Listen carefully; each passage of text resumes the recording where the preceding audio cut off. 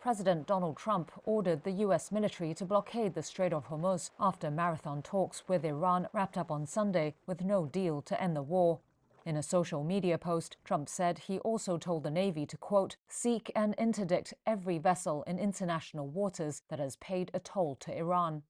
It came after U.S. Vice President J.D. Vance announced the failed result in Pakistan's capital, where the talks were held. We've had a number of substantive discussions with the Iranians. That's the good news.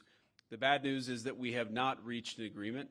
Both sides blamed each other for the failed negotiations.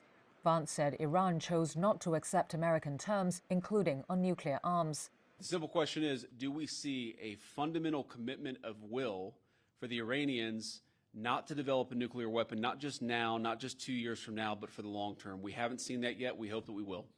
The talks in Islamabad came after a ceasefire was agreed earlier in the week. They were the first direct U.S.-Iranian meeting in over a decade and the highest level since the 1979 Islamic Revolution.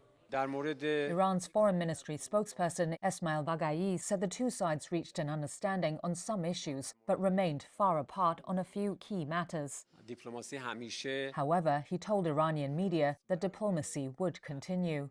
He described an atmosphere of mistrust and said it was natural that an agreement could not be reached in a single session. For the entire region and Pakistan's Foreign Minister Ishaq Dar urged the two sides to uphold the two-week truce. Commitment to ceasefire. He said his country would continue to facilitate engagement to try and end the fighting that has killed thousands and sent global oil prices soaring since it began over 6 weeks ago. During the talks that started on Saturday, 3 supertankers carrying oil, along with some commercial vessels, passed through the Strait of Hormuz, shipping data showed. They appear to be the first oil tankers to exit the Gulf since the ceasefire deal. Hundreds of vessels are still stuck there.